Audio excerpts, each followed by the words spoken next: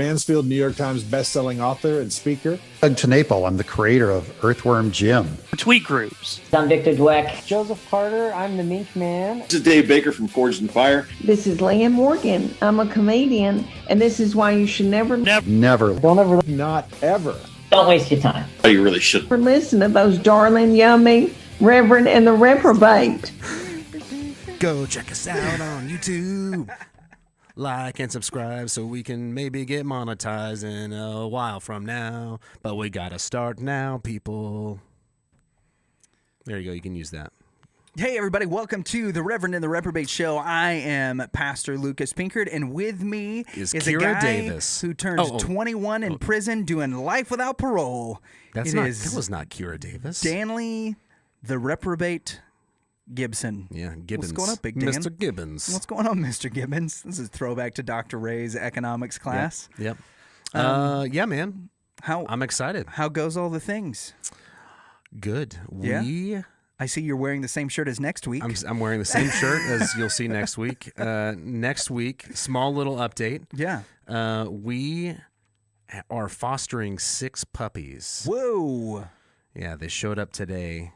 6 German Shepherd lab mix. Maybe, we're not sure. Some of them look a little And you're off. doing this for we'll roll a clip right now for clickbait.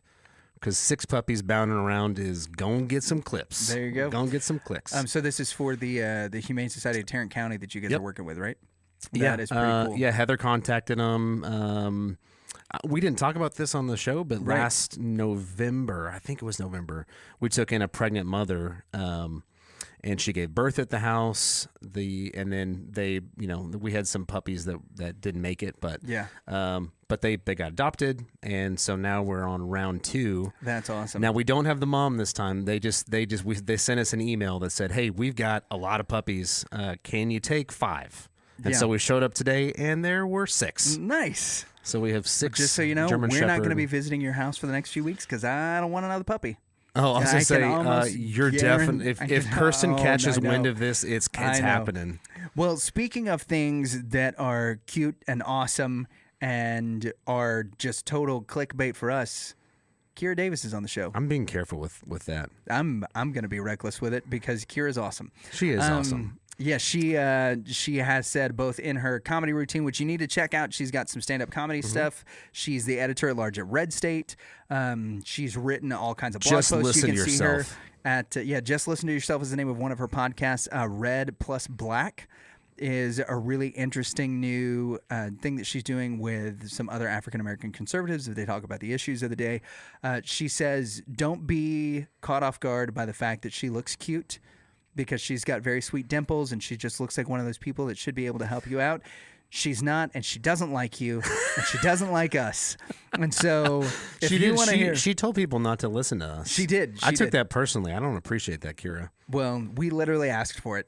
So, Kira Davis was, she's awesome. She's been a recent and consistent contributor on the Babylon Bee and is just amazing, filled with insight. We get into a lot of different topics with her about our personal culpability whenever our political parties, whenever our politicians, whenever maybe the apologists that we follow. We talk about some of the things that have surrounded the Ravi Zacharias International Ministry scandal and some of those things, how culpable we are as people whenever our politicians, our political parties, or the people that we put on a pedestal fall off and we defend them without knowing really any or all of the facts. We talk about her independent film that she made, Minty, on the life of Harriet Tubman, that's in kind of a cool blaxploitation / Quentin Tarantino style of film. And 2 things. Yes. The most important. She tells us one politician that she thinks is very cute. This is true. And number 2, I walk into probably the biggest bear trap that I've had so far. Oh yeah, it's absolutely and tremendously wonderful. Bad. So, and I don't know. We haven't edited it yet, so I'm not 100% sure. I know that that you're hearing this, and I haven't edited it yet. It's staying in there because I do the editing. It probably is. It definitely will. But so check it out. Editor-at-large of RedState and Hallmark movie expert Kira Davis, who she thinks is cute. All right, ladies and gentlemen, today we have got a guest that I've been really excited about, not just trying to get on the podcast, but also having on the podcast one of the few, what I refer to as the gems of journalism. Though slightly to the right, very down the middle, presents the arguments very well. She is a stand-up comic, podcast host with the Just Listen to Yourself podcast, and Ladies of the Ladder, if you were familiar with that from a few years ago. The editor at large at RedState, and an indie filmmaker who I have some serious questions for about her film Minty, which maybe is the best coverage of the story of Harriet Tubman. It is the wonderful, the fabulous, the stunning and brave Kira Davis. How are you, ma'am? Wow. Introduction. Thank you, guys. I am so happy to be here. Yeah, that's a lot on your plate. Oh man, would you be opening to add more, like a franchisee owner of Jersey Mike's or something? Just to have something extra? I do have like 5 minutes on Fridays, which have not been taken up with anything. So I can do that. I also homeschool. I homeschool my daughter. Wow. And so there's a lot going on. Yeah. But I mean, there's always room for more, right, guys? Content. That's exactly right. That's the Gary V what strategy. Gary V tells us. Yeah. Yes. So we've got a myriad of things to cover. We want to be respectful of your time this evening. I want to jump head into the political stuff, which is not something that we typically get into on this show. But since we have an expert in the field here, what I really love to talk to you about is how you shifted from being a more liberal thinker and being part of the Democratic Party into the more conservative. I made a similar swing. So in 2008, I was actually a delegate on the state level for Hillary Clinton, and there were some things that happened in that election cycle, in the 2008 election cycle, that really disenfranchised me from a lot of the things that were happening within not just the Democratic Party, but also within the liberal movement. And I kind of went through a period where I was like, okay, well, I don't think I really align with the Democrats anymore. It's hard for me to say that I'm a conservative. Maybe I'm a libertarian. And I find myself in this place where I feel sort of politically homeless. And you've got a really interesting story about how you made that swing as well. I'd love if you'd share that with our listeners. Yeah, absolutely. As a Black woman and Canadian, I'm actually Canadian by birth. I was raised by hippies, atheist hippies, pretty socialist. Definitely leaned left, kind of a default Democrat, actually, but always very aware of political things. That's just the environment I was raised in as a kid. And what happened was I got married and I moved to the inner city. I moved to Gary, Indiana with my husband, where he is from. And I started an after school program where we mentored kids, gave them access to the internet, helped them with homework. I was an advocate for mostly grandparents. There was a lot of grandparents raising their grandchildren. And so I was an advocate for them in the school system, helping them navigate public school and that kind of stuff. And I had the chance to see how all the policies that I had supported my whole life, how they actually worked up close and personal. And I realized that they didn't work. They weren't working. So it gave me pause. And then as the years went on, I just sort of realized, I don't think that I am a liberal. I didn't really understand what a conservative was, but I didn't feel like my beliefs were lining up with what people were telling me and what I was observing around me. And I was observing my community, the Black community, suffering. We were missing out on educational opportunities, missing out on family structure. There was a skew. The criminal statistics were all skewed. Like everything was just haywire. And I was like, there's got to be a better way. And my father-in-law is the first Black man I ever met who called himself a conservative and a Republican. And my husband's pretty conservative, but he's apolitical. Yeah. And so my father-in-law would challenge me a lot, and he would tell me, well, why don't we think through these ideas? Why don't we talk about this? And there was never any vitriol. He would just kind of challenge me. And so it was kind of a slow burn over the years. And I think what happened was when Obama came along, and I didn't really like him. and people were telling me that I had to vote for him because I was Black. And I was like, yeah, but I don't know anything about this guy. I don't know anything about him. Like, he just sort of popped up, and I don't really like his policies, and I'm into school choice and he's not. And there's some other things. And I didn't want to vote for him. And people were so angry with me. I was like, that's when I was like, I don't think I'm a Democrat. I don't think I am. So I have a love-hate relationship with the Republican Party. I live in California. So, you guys have a love-hate relationship with government in general over in California right now. Yeah, I'm not even a Republican here. I'm a registered Democrat because you don't really get to vote unless you're a Democrat. So I don't call myself a Democrat or a Republican. But I do call myself a conservative voter, and I'm fine with that label. Yeah, I think of all the people we've had on, you probably line up the most with, I don't know if you're familiar with Stephen Mansfield. He wrote The Faith of George W. Bush. He's a social and political commentator, also a very strong believer. And he seems to be similar to you in the way that he presents himself on his podcast. It's just to the right of center enough that there are certain moral issues that sway you in that direction. And you've been clear about that on your podcast, and you've had the last 2 episodes of your Listen to Yourself podcast, or Just Listen to Yourself podcast, have been absolutely fascinating. With your neighbor who got me convinced that that there might be extraterrestrials, and then in a more sensitive subject with the way that a lot of us approached Ravi Zacharias and the biases that we had. And I have to admit, I was a little bit guilty of that. And for those who don't know, Ravi Zacharias was a sort of famous Christian apologist, and ended up being very abusive towards several women in several different ways. That was more or less covered up. It looked like it at certain points, and now because of an independent investigation done by Ravi Zacharias International Ministries, which is now changing their name, they uncovered a lot of things that happened, and were able to verify those things as true so that those ladies could get some justice and some closure. But I was one that, when I found out, in particular, because I worked in the mission field for years, that he owned massage parlors, people were like, don't you think that's a strange thing?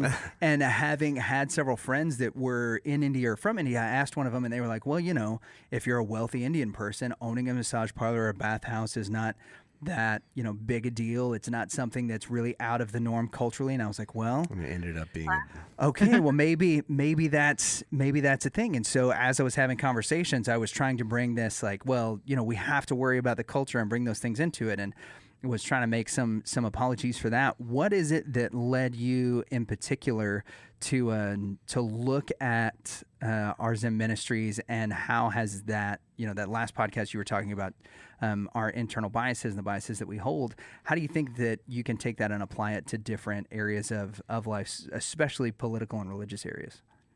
Well, I had an inkling about Ravi, to be honest. I mean, I was shocked to hear all of the things, and he wasn't somebody I followed closely, but I love apologetics. So I've definitely heard him around, and probably even quoted him from time to time.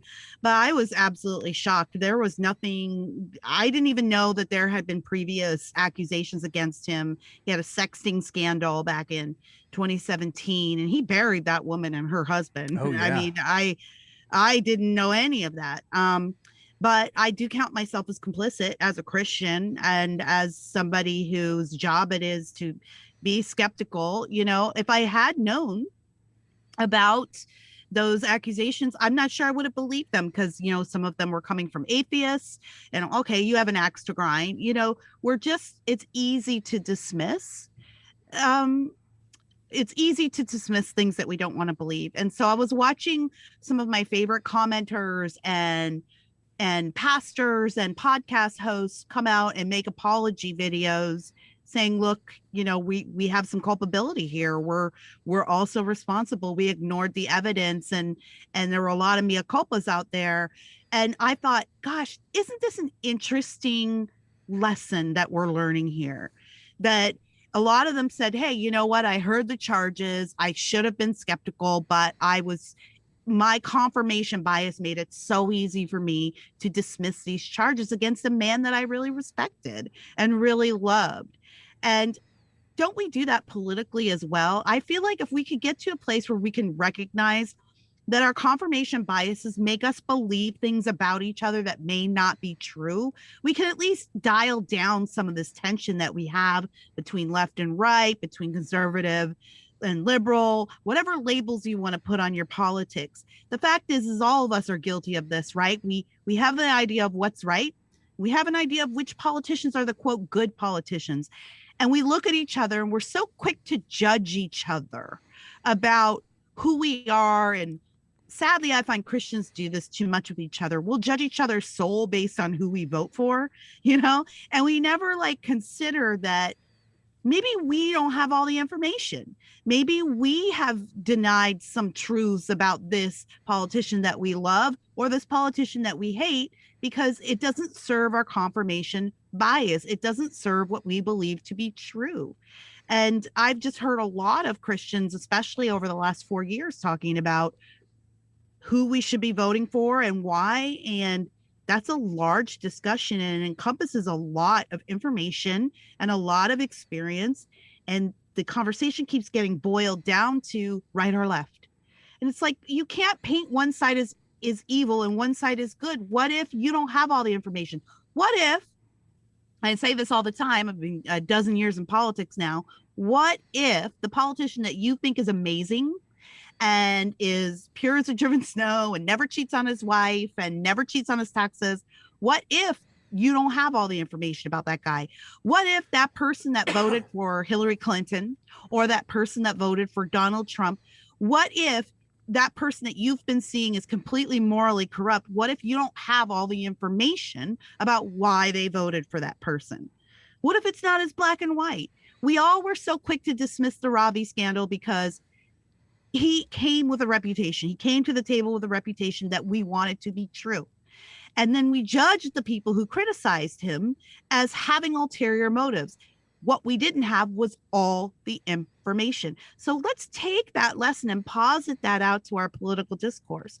We don't have all the information about each other. We each choose out news outlets, all of us do this, that confirm our bias, that confirm the information that we want to know. And I think that's fine, as long as you go into it knowing that you have a filtered point of view being presented to you. But what we need to do is maybe look at how our confirmation bias makes it harder for us to see the whole truth about each other. And maybe we should treat each other and the politicians that we pledge loyalty to with a healthy amount of skepticism. Maybe we do that, and maybe that takes some of the air out of these conversations. Yeah, we've talked a lot about just being able to deal with one another with even the smallest amount of grace. Danley and I don't agree on everything, and most of the time he tries to derail any cognizant thought that I'm able to have. But it's such an important piece of what America has always been, and really what the church has always been is if you're not able to have, as you promote, a social discourse or a civil discourse, where you're actually able to have the conversation where you don't leave as enemies, you just leave as two friends that disagree on something and have presented different issues, then we're never really able to accomplish anything, which I think has kind of got us in some of the crazy positions where we're at from a stalemate perspective. Yeah, it's almost a revolutionary thought in today's political climate to have an open conversation. So you had mentioned not staying in, or I'm kind of paraphrasing a little bit, but getting out of the echo chamber that you're in. What would you say? Would you have a problem with me just voting for Dan Crenshaw based off of his Texas Reloaded ad campaign? No, because I think that's the greatest ad campaign. I mean, you know what? A good ad campaign can make all the difference. I mean, isn't that what an ad campaign is supposed to be? It's supposed to be influential. Yeah, he jumped out of a helicopter. Somebody did their job there. If they got your vote because of an ad campaign. You know what?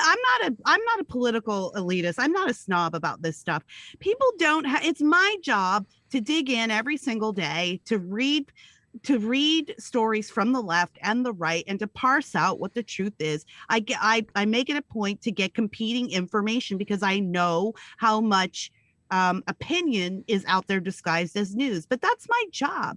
The average American doesn't have time for that. The average American doesn't want to do that. Unfortunately, a lot of your media and a lot of your politicians know that. And so they depend on you not looking for information and not knowing.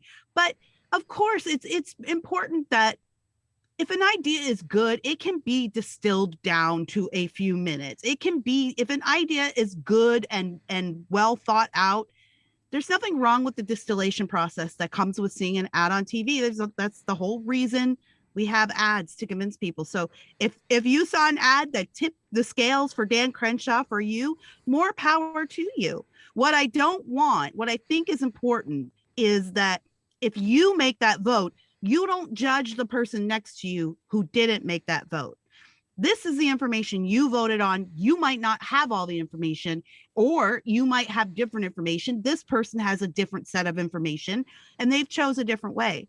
You can vote for whoever you want based on whatever you want, as long as you're not judging the people in front of you, particularly judging their eternal soul and the entire value of their humanity based on one vote that they cast in one election, which is nothing but a drop in the bucket of eternity. Yes, ma'am. You got it? Yeah, I feel like I understand. Yeah, I remember when you were A bleeding heart liberal working for the Clintons, and I remember driving away after having a conversation, going like, "What is his deal?"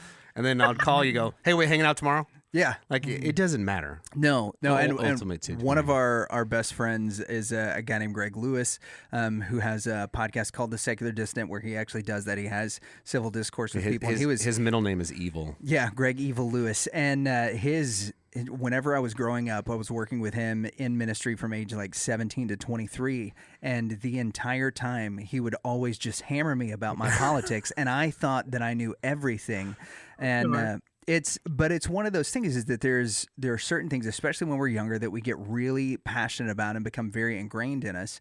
And I think more than ever, we're seeing this in the social justice movement and with, the social justice warriors and critical race theory and intersectionality, and where all of those things are coming together, and that there's a lot of that is becoming the battleground for, as Nancy Pearcey would say, applied sciences is now being dictated how they can take hard applied sciences by the softer sciences and the social sciences, and there's become kind of a discord there. Actually, real quick, yeah. Speaking of that, I saw a video of Daryl Davis. Are you guys familiar with? Are you familiar with Daryl Davis? No, I'm not. He did a TED Talk. He's done a lot of work where he sits down with different KKK leaders, and over the course of the years tries to befriend them. Oh, yes, I am familiar with this guy. I didn't know his name, but yeah. Amazing. And I don't remember what his count is, but he's got, I want to say, over 20, maybe even more hoods that he ends up collecting the hoods as he befriends these people and changes their minds. And I saw a video of him sitting down with some BLM leaders, and they did not agree, and he was trying to speak to them to say, hey, you need to be able to have this mindset that you might be able to change their mind and that they're worthy of having a conversation. And they would not shake his hand. They were uninterested in that. Oh, wow. It was really kind of a shocking. You know what it is guys, everybody wants to be heard. At the end of the day, people just want to be heard.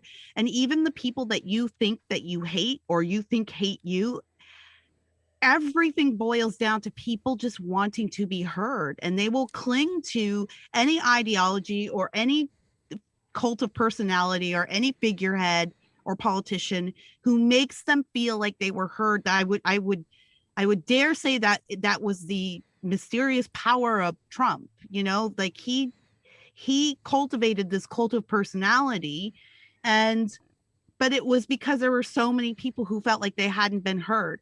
And even with Black Lives Matter, in fact, one of the most popular episodes of my show, Just Listen to Yourself, is my episode on Black Lives Matter, where I break down the difference between the movement, the sentiment, and the organization. They are two very different things.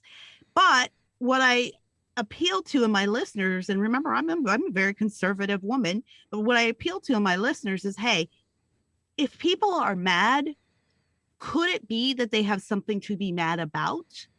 It's always like asking the question, what you got to dig in though. You got to drill down. That's what you were talking about when you were talking about this guy, Daryl.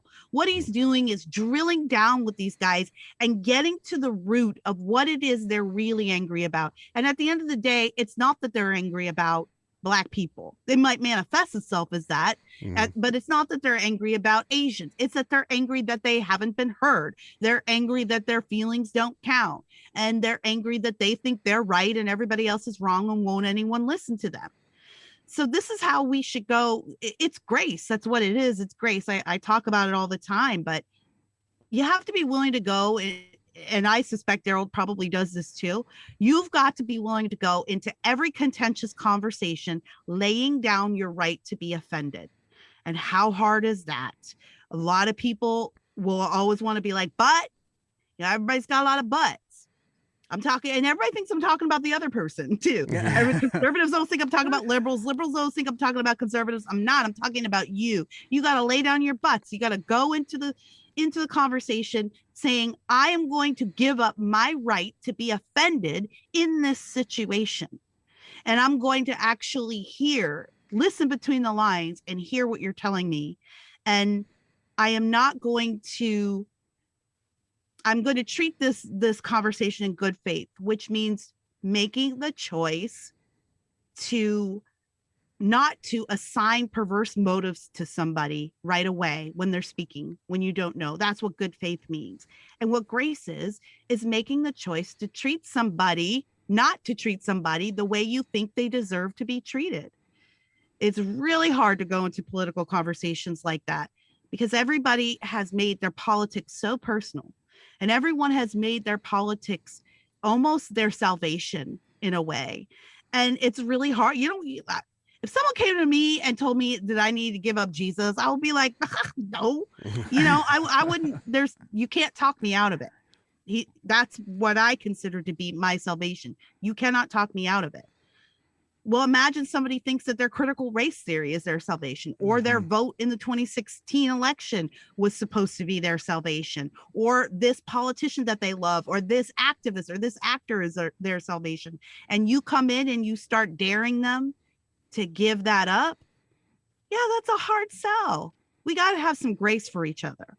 That is, it reminds me of one of the things Malcolm Gladwell talks about, and he does it in two of his books, both in Blink and in Talking to Strangers, is that our ability to read somebody else's mind is very, very low. But our confidence Maybe that we for you. our confidence that we feel like we can, that I know what the other person's intentions are really high. People are like in the 90th percentile of I feel like I always know what another person is thinking, and in like less than 15% in actually being able to assess what the other person is thinking. And this, if all of us are married, that is, if you, I was about to say, if you're married, that's exactly right. I am about to wrap up year one of marriage. I thought I knew so much about the woman that I married, and I have no idea. It's the reason my dad has a running joke that he talks like at dinner with people. He's like, well, my second wife was like this, and my third wife was like this, and he's a deacon in our church. And your mom just punches him? Yeah, well, I had somebody pull me aside, and they were like, your dad has had multiple wives, and he's talking about them in front of your mom. How is she okay with this? And I'm like, they're all my mom.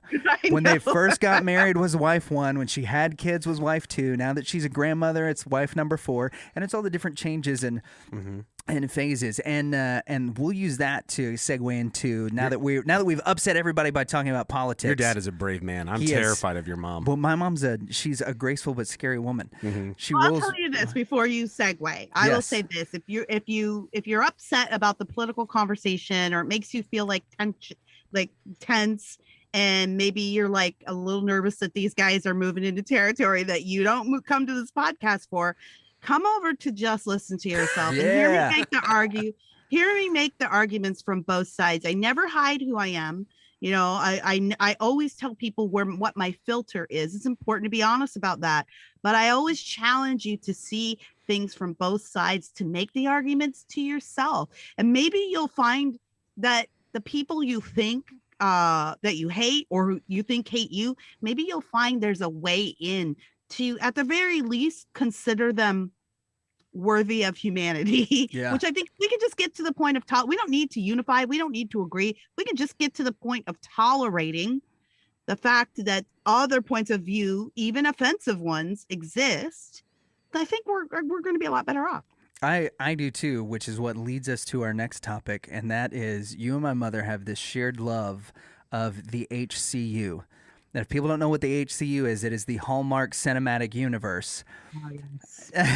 And so Hallmark has just announced that they will be doing more pro LGBT movies. They announced it last week, and I'm curious as to what your thoughts are on the fact that they're moving more in that direction, because this is something that's near and dear to your heart. Yeah, I actually have a Hallmark podcast. It's called A Very Merry Podcast, which you can find. My friend Amelia Hamilton and I do it. We're Hallmark super fans. Look, Hallmark's a business like anything else, and so they're going to do what's good for their business. And if they feel like expanding their reach or morality, or however you want to put it, in their movies, they'll test the market. We'll see if the market responds. If the market doesn't respond, they'll pull back. And if it does respond, they'll keep making movies. Hallmark is an incredible American capitalist story. I mean, they just started making bad movies and made a brand for themselves. From greeting cards to bad movies. Yeah, it just and now they advertise those greeting cards in their bad movies. What? So it's genius. They have now it's this whole ecosystem that they've set up where they advertise their own products in their own films. But I was a little bit leery at first, because we went into this Christmas season and they had said, well, we're going to have some LGBT characters, do some more plots. I don't think you make a whole Hallmark movie out of LGBT romance just because that's not your audience. Right. You go to logo, you put that on logo, right? Like, that's not your audience. But there were LGBT characters in there. We break them down on our podcast, A Very Merry Podcast. We talk about it. But at the end of the day, I think what is most attractive about Hallmark is that it's about love. Like, even we're so used to LGBT that they're going to push some envelope, but they were all just like pretty milquetoast characters the same way that everybody else was, pretty run of the mill. Most of them were white and wealthy or middle class. Everybody in the Hallmark universe has a guest house, whether you're gay or you're straight. So some things are universal in Hallmark. And so I didn't find it offensive at all. I didn't have any problem with it. I thought I might, but it didn't detract from the stories or anything. It was, and it wasn't like in your face, or they weren't rude about it or rebellious about it, or however you want to put it. It was just there were just more people in the universe. Have you come across a gay or LGBT character better than the Modern Family, Jesse Ferguson and Eric Stone Street? Yeah, those two together are hysterical, especially Eric Stone Street. Yeah. Oh, on Schitt's Creek. Dan Levy and his boyfriend. Yeah, Patrick Agreed. and Dan Levy. David. Oh, yeah. Man. David. Yeah, for sure. That's the most iconic gay couple. I'm so sorry, everybody, but I do not watch Modern Family and never have. I did the first few seasons and it was hysterical, and then I just kind of lost interest. But yeah, I'm familiar with the show, but it's never one that really got me excited. But you're right, Schitt's Creek. And the Christian version is Schitt's Creek. Yeah. Spelled SCHOOTS, Yeah. just so we're all on the same page. The mom character, I don't remember her name officially, but she is the absolute best. Yep. I think she's the star. All that show is absolute perfection. I had a friend who told me, Kira, have you seen this? I'm like, the name, right? Mm-hmm. Like, the name was like, oh, it's too much for me. And he was like, if you don't watch this show, I will never be your friend. Whoa. Like, our friendship is over. So you go home and you watch this show. And I mean, I'm 10 minutes into episode 1 and going, why haven't I been watching this show? I think I've told you that several times. With that show in particular, No. or just any just show? a few things. Like You've you need to pitched so many see television shows this to me. YouTube clip, or Yeah. you need to watch What We Do in the Shadows or whatever. Yeah, and you're batting But like What We Do in the Shadows is a good one. yeah. See? Yeah, you're batting about 15%. So, which is not, I mean, we'll still keep you on the team, but we're only going to use you during the playoffs when we need a warm as body. a pinch hitter. Yeah, that's basically it.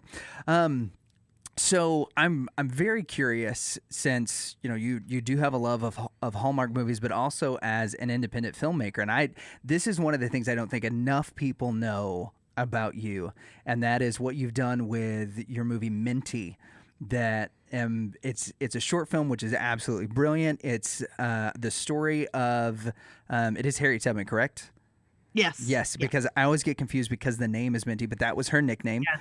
And That she's was her running. name, She's running the Underground Railroad in the way that Quentin Tarantino would have somebody run the Underground Railroad. Oh, awesome. So what inspired that, and in the style that you've done, and are you working with anybody to get that produced? Like there's a Jew bear.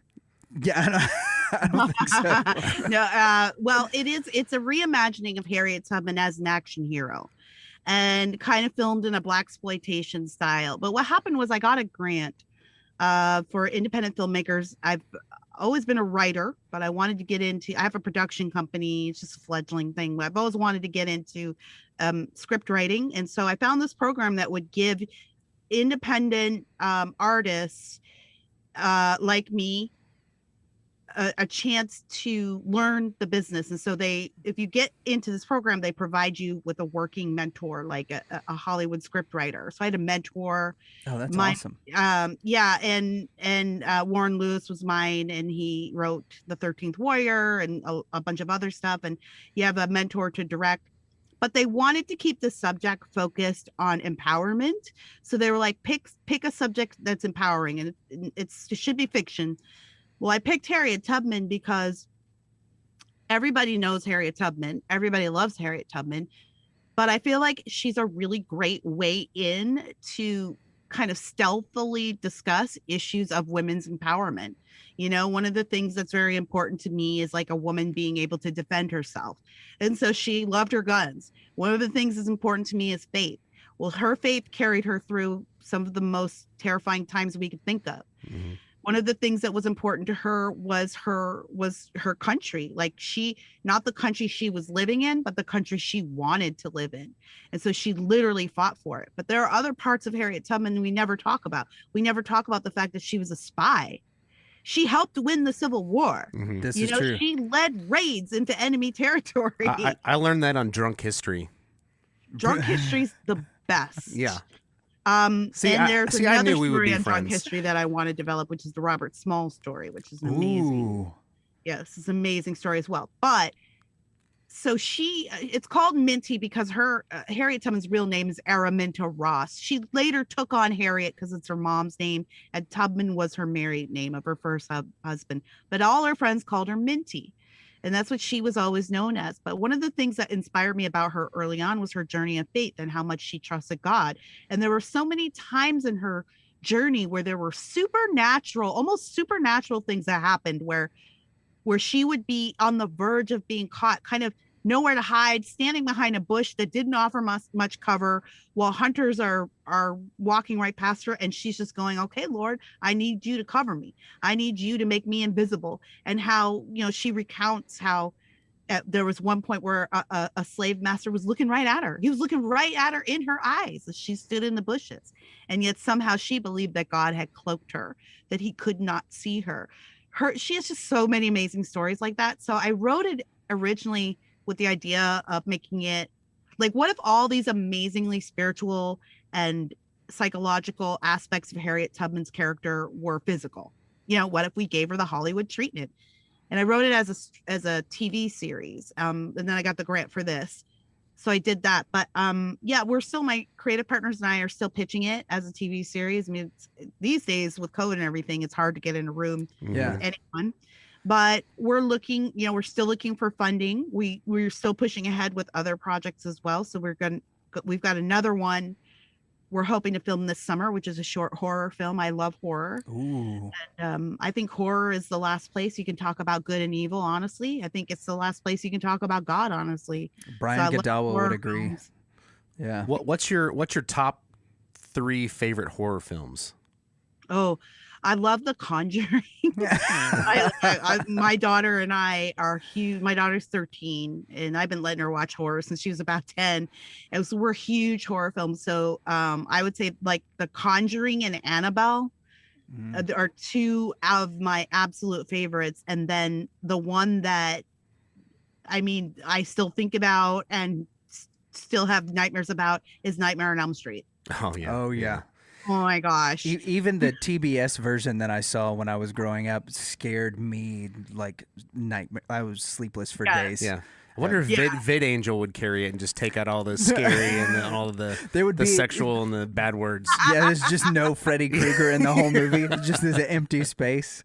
But this is also kind of why I like the Conjuring series too, because I can watch it with my daughter. I actually have a friend that is into horror movies, and she's also a Christian, so I'll like call her. I'll be like, oh, can I watch this with Ruby? Like, is it safe? Basically, no sexuality is my rule. Right. But I love the Conjuring and Annabelle series because there's no cussing and no sexuality in it at all. Really? And the Conjuring follows the husband and the wife. I can't remember their names right now, but they were real.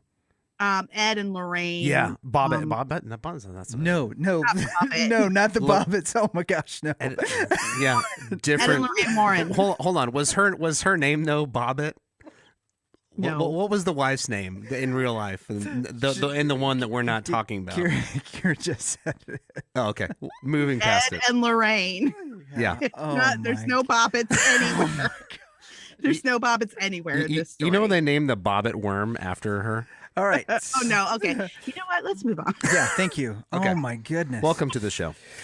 Hey, he said I derail things. Hey, when are you guys moving to Texas? I don't think Texas is on the list. We're stuck here in California for now. But you write So for sad. RedState, which is obviously about Texas. Do you guys? Where are you guys located? We're just north of the second L in Dallas, about 10 miles. So my daughter, to escape the oppressive California lockdowns, I took my daughter on a 2-week road trip through Texas back in October. Just me and her. It just got to be really depressing watching her kind of sink. And I mean, our schools are still closed. Yeah. And so I told my husband, you know what? I know this is crazy, but I'm getting on the road. I don't know where we're going to go. We're going to go somewhere. And he said, you know, so many people in Texas. Why don't you start there? Why don't you go to Texas, drive around, see who will put you up for a night or two? And that's what I did. That's what we did for 2 weeks. We drove 61 hours and 3,800 miles. And we went to El Paso, San Antonio, Dallas, Houston, College Station, Galveston, Austin, and then back home. So we were in the Dallas area for a little bit. I love the Dallas area. I had the best barbecue of my life in some little town outside of Dallas, which I can't remember the name of now. My friend took me to it. It's like an hour outside. Springtown. Yeah, probably so. What was it? Springtown, maybe. That's where I think the best barbecue in Dallas is, and it's about an hour outside of Dallas. Yep. All right, but it was great. Not. But I don't know if Texas is the geography for me. Oh yeah. You like the ocean?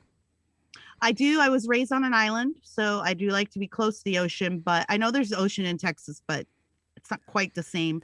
It's the Gulf. It really doesn't count. Even for Texans, that really doesn't count as the ocean. Yeah. Did you guys check out the bats in Austin?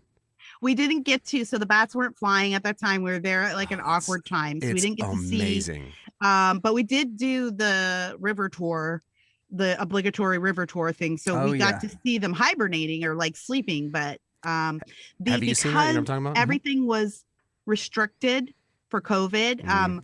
All of the cruises were booked. They were still going, but they were like at half capacity, so I couldn't book anything. Oh man. But we had a nice time in Austin. I mean, it's sad to see what it's becoming. Like it looked like mini LA. Yep. Yeah. Well, for those listening, you don't know what the bats are. It's 20 million. I believe it's 20 million bats that live under the Congress Bridge. I believe the street. Yeah. And when they come out at night, they test the waters. You'll see one out. And then it looked like the Mummy, with the big sandstorm in the face. They just explode out, and it's more bats than you can handle. But They just want to go eat mosquitoes. That's a pretty cool they're phenomenon. Cute little bats too. They're not huge bats. Yeah, they're tiny. Mexican Jumping something bats. Mexican jumping bats. Yeah, that's what they are. Yeah. So, Kira, it's been an absolute blast having you on. If you decide to come back to Texas, we want you to know that you always have a place to stay, and we will make sure that ahead of time, if you give us notice, we will book you on every cruise that's available, and then we'll just check the list on what you actually want to do. The river walk in San Antonio. Yep. We've done that. We did that. We did the river walk. We did a lot of the touristy stuff. A lot wasn't open, mostly it was just seeing people, seeing friends. And Well, as of tomorrow, we are completely open and no more mask mandates. oh my gosh, our governor, right before I got on this podcast, you guys, our governor came out and told us that we are never going back to normal. So Oh, sad I don't story. know what to say about that. Well, I might have a suggestion. yeah, go for it. Maybe you should run against him. Somebody tell my husband I've been trying to get him to let me run forever, but he will not let me run. Give us his number. We've got a place for him where he can hunker down in Texas while you run and he be's apolitical. I also identify as apolitical, so we can be friends. Yeah, there you go. That's what he's worried about. He doesn't even care about like all of the ugliness of politics. He's just like, I don't want to have to sit through any boring political debates. Yeah, I understand that. He would get along with most of our listenership, I think. Yeah. Because that. Well, we do have a couple of Hallmark movie ideas that we wanted to pitch to you to see if you can help us out with titles for them. All right. So the first idea is, and we need help with a title, and maybe you can help us to kind of massage the idea a little bit. A beautiful, free-loving, freelance journalist woman turned news outlet executive falls in love with a totalitarian gubernatorial incumbent after counseling his precocious young non-binary child back to their biological gender.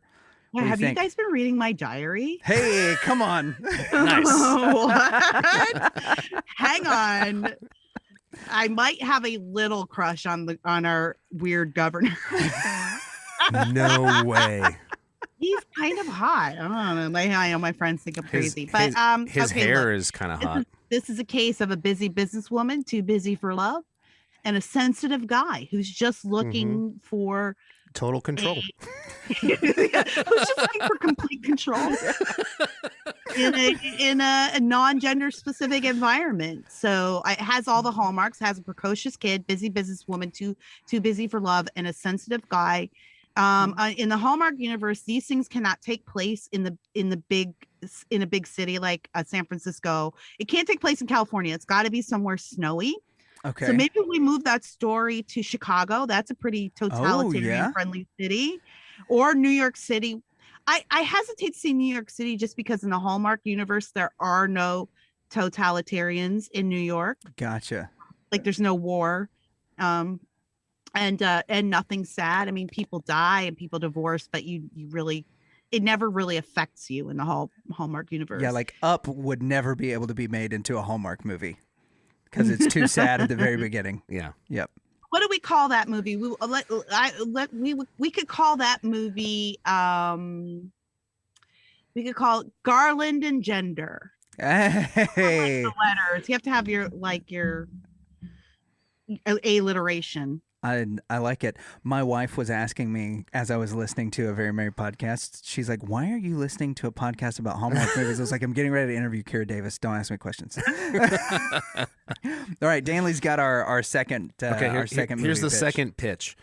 A plucky young comedian and indie movie producer runs for office against an impeached dictatorial former candidate who made his fortune on hair gel futures. Find the contentiousness of the campaign trail as a fertile ground for romance. Okay, great. So you've got your busy business person. Yep. They're both busy business persons, too busy for love. Yeah. They're One of them has to have a precocious child. Maybe we give that to the plucky young comedian. So the plucky young comedian. And maybe that child just doesn't have enough of other people's money. Maybe that is the thing that the child is missing. And so the other person comes in and teaches that child how to take other people's money without a lot of effort, which I think could lead to a really great montage. Yeah. Oh, See? no doubt. Yeah. Every movie needs a good montage scene. With some It upbeat, does. snappy music Yeah. where they're doing some shopping, Okay. getting some brunch. Maybe I would call it. Maybe I would call it Christmas in. I don't know. Redo the plot. Look, it's a It's a young comedian and indie movie producer, and she's running for office With a against slick-haired candidate. Yeah, Right. against a Former. okay. slick-haired I got it. impeached It's a candidate. Christmas campaign. Yeah. Oh, there you go. There we go. See, we came to the right source. Campaigning for love. Campaign. But it's got to have. If it's Christmas, it's got to have a Christmassy title. Now that could be for Valentine's, the Valentine's slate. Oh. Right. But Yeah, but it if you're could. going to do it at Christmas, which is where I focus a lot of my Hallmark coverage, then you've got to have something Christmassy in the name. Gotcha. Do most of the Hallmark movies take place around Christmas or No. Valentine's Day, or so it's just it could be whenever? It could be, but they have they go by seasons, right? Like at Christmas season. That's when they're Hallmark gonna sell Christmas cards, season's what they're right? famous for. But they do a Valentine's season. They do a New Year's season. We covered some of the New Year's shows this year, and they also have a summer season, and they also have Hallmarks and Mysteries channel, which my partner Amelia Hamilton broke down very effectively on our podcast. She tells you everything that happens on the Mysteries and Murders channel for Hallmark, and so that's a whole other, you guys, that's a whole other discussion. You want to go there. Well, Kira, thank you so much for being on. Our watchers and listeners, don't be fooled by her dimples. She's cute, but she's fierce. Kira, where can our audience find you if they're trying to look at more of the stuff that you're doing or more interested in getting involved in some of your? Well, thank you for asking. First of all, if you're interested in my film, you can go to YouTube and just search Minty Harriet Tubman movie. It'll pop up. It's very short. It's only about 11 minutes. Or you can go to tubmanmovie.com. You can find it there. Join me on my podcast, Just Listen to Yourself with Kira Davis. If you're interested in discussing hot topics without the heat, I think that's a great place to start. And if you want to learn more about how we think through our political ideas in a way that can make us more gracious towards one another, I think that's a great place to start. And then join me if you just can't get enough Kira. Join me over on my locals page. That's davisnation.locals.com. Over there, you will find bonus content. I host discussions about different issues. We have a book club we're doing right now. We're reading Public Opinion by Walter Lippmann, written in 1922 and shockingly relevant Wow. to today. Yeah.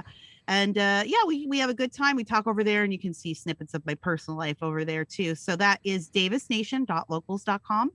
And find me. Otherwise, just search for me on the internet. Lots of stuff pops up. I am not the Kira Davis Hollywood producer Kira Davis. There's a Kira Davis who produces a lot of Hollywood movies with her creative partner is Hugh Jackman.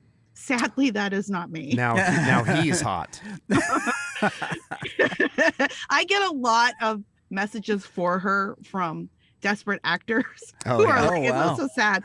They go get a message, be like, I really love your work. And I just wanted you to know that I think you're so talented. If you have any space in your next film for an actor that's XYZ, please let me know. Here's my information. And I'm always like, you know what? I love your hustle, but I'm the wrong Kira Davis. You should just save all of those for whenever the Minty movie gets made and be like, hey, all of you people who thought that I was the wrong Kira Davis, this is it. It's finally happening. Well, okay, I have one last question before we wrap here. Here we go. Because I want to redeem myself from the Ed and Lorraine debacle that happened. The Annabelle doll. Do you Yes. think it's really haunted? Yeah. Ooh. I totally believe in like cursed items or curses or, oh yeah. Listen, you know what? Black folks don't mess around with this kind of stuff. This, my daughter and I always make fun of this because we're like, we watched Scary Things to Tell in the Dark the other night. And I'm like, there's no, this is why you can't really make a horror movie with Black people. Cause we'll always be like, no. You just turn the you light can't on put and that they're doll in gone. here. Mm-hmm. No, oh my God, that house is haunted and dark, and there's plants growing out of the floor, and there's no electricity. No, bye, see ya. Yeah, So, see, yeah, I would Annabelle, walk right in I have there. had dolls. I have had scary looking dolls, in my house where it's been like that doll is leaving. It's not staying here. It cannot. Absolutely, I would chuck Annabelle to the curb. And then she'd show back up. She would, but you know what? I got Jesus, and I would be like, in Jesus' name, in Jesus' name.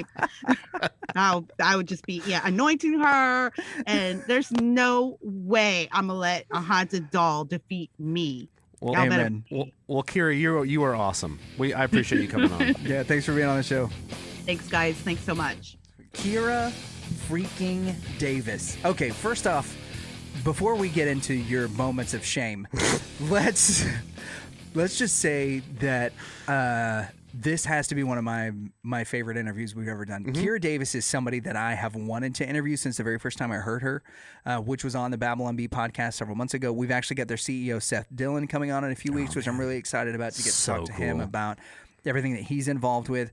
But Kira was not only incredibly down to earth, very friendly, very genuine, but she is as insightful on the spot when answering dumb questions about Hallmark movies as she is with some of the incredibly well thought out opinions and controversies that she tackles on Just Listen to Yourself, and that we talked with her about on our show. She was so much fun. Yeah, we had this conversation after the interview, right? That you wrapped it up, and I looked at you and subconsciously was like, "What are you doing, man?"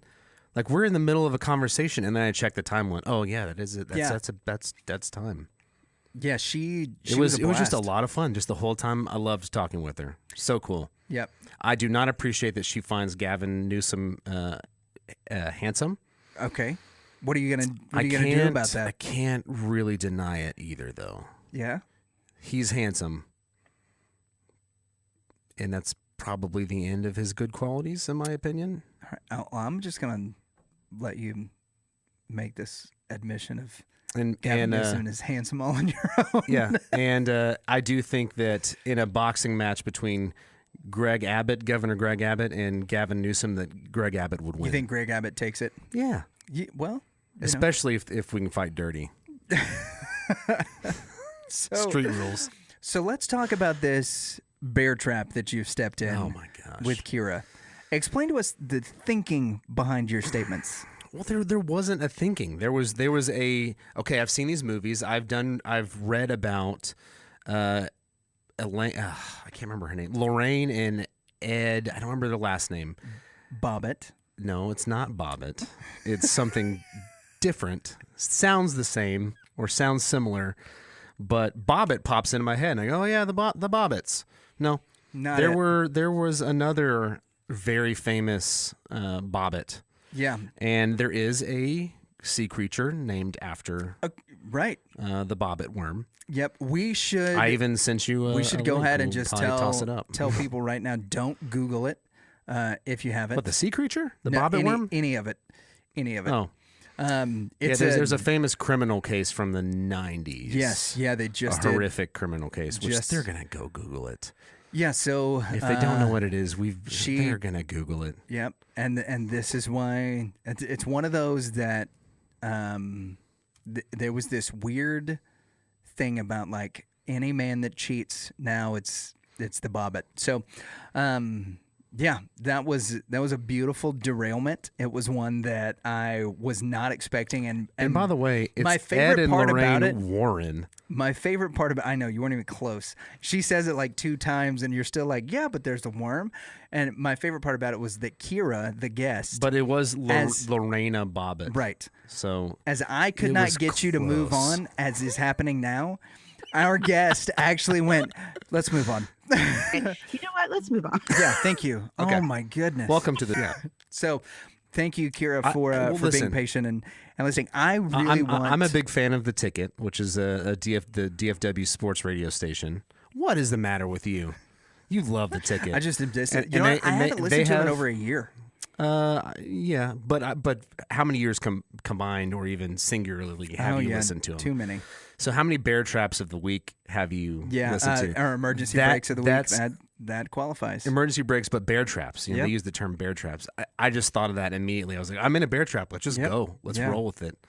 just bite your leg Ed off. and like a Lorraine gummy bear. Bobbitt. You know what? Let's move on. Yeah, thank you. Okay. Oh my goodness. Welcome to the Kira had some Annabelle. really insightful things to say about, in particular, get back on track after the this. way Go that we ahead. handle conversations about our politicians, our political parties, and the people that we put on pedestals, and that these are people that would never come to our house for dinner. They're oftentimes people we don't have relationships with, or that we would Definitely never not even Gavin have an Newsom. opportunity to have an interaction with.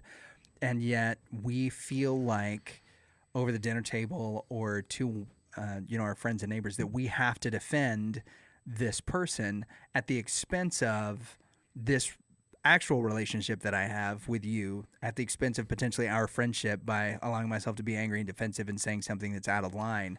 I'm going to defend a person that would, in a given day, have nothing to do with me, that I don't know, and whose positions and motivation I'm assuming because I agree with them on something that you and I disagree with. Does it make sense for someone to have this much disdain for a governor of another state that they don't live in? No, and I think that that's what Kira was talking about, is that the way that you're acting is irrational. Well, I would say comedic. And comedic. Because you would have to be funny really in order care. for it to be comedic. Well, the intent could still be comedic. Yeah, for sure. But I don't really care. You need to about workshop him. this with Moody. I actually do. Okay. Yeah, just okay. Yeah. Moody is awesome. Moody is awesome. But we're not talking about him. So Kira had a lot of, I think, really insightful things to say about that in particular. Do I think what you're saying is out of line or ridiculous? No. Because I think that it's affecting... And you know that I don't care. Well, yeah, on the one hand, actually yes, care. that you're doing it comedically. But on the other, that there is a lot of... There's a lot of watching from the other states, right? Mm-hmm. People are seeing what Texas has done, what Mississippi's done, what Florida's done, what South Dakota has done, but they're also watching what Chicago and Illinois as an entirety. Chicago, the state of Chicago. Yeah, the state of Chicago. They're watching what's happening in the city of Chicago. They're watching what's happening in the state of Illinois. They're seeing what's going on in Washington, in California, in Michigan, and in New York. And there's all these comparisons being drawn because they are on polar opposite ends of the spectrum from one another in the way that they're handling and dealing with this, of who's right, who's wrong, what should we be doing and what shouldn't we be doing. And Kira is very plainly stating what we should be doing is giving one another grace enough to have a conversation and not assume that you're right and I'm wrong. I completely agree, by the way. Based on poor motivation. Yeah. I really enjoyed speaking with her. She's very funny. She's very insightful. She's very balanced. Yep. She's the kind of person that, we talked about. She did an episode in her neighborhood. Yeah, with her neighbor Jason. Yeah, that she did a live stream. I want to go hang out with her and do a live stream in their backyard. I think that would be with a blast. her neighbors. I think Jason in particular would be fun. If you haven't listened to that episode, go check it out on Just Listen to Yourself. Jason has some amazing conspiracy theories and reminded me of a person that we once nearly had on our show. And we will again.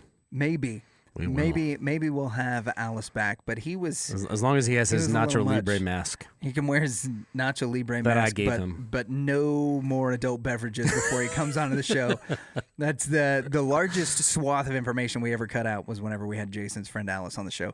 But go check out Kira's stuff. She's, like we've said, she's very insightful. I feel like we're gonna get to a point where we're gonna start gushing. Check out Minty, which is her movie about Harriet Tubman. And if you are in the production field and you want to do something that's different, you've got to check out this short film. If you're a film student or you're somebody who appreciates good art that has a different spin on it, go check it out. Description or links to all that stuff is in the description, as well as Kira's podcast. Make sure that you go to her locals page and check her out. If you like what she had to say here on the show, you will love what she's got to say on her locals page, where she's actually allowed a little bit deeper dive into some of those things.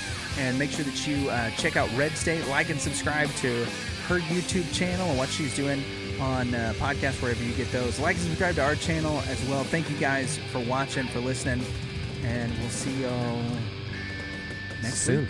We'll see you soon. Probably in these clothes. I'm Kira Davis, and this is why you should never listen to the Reverend and the Reprobate. They watch Hallmark movies.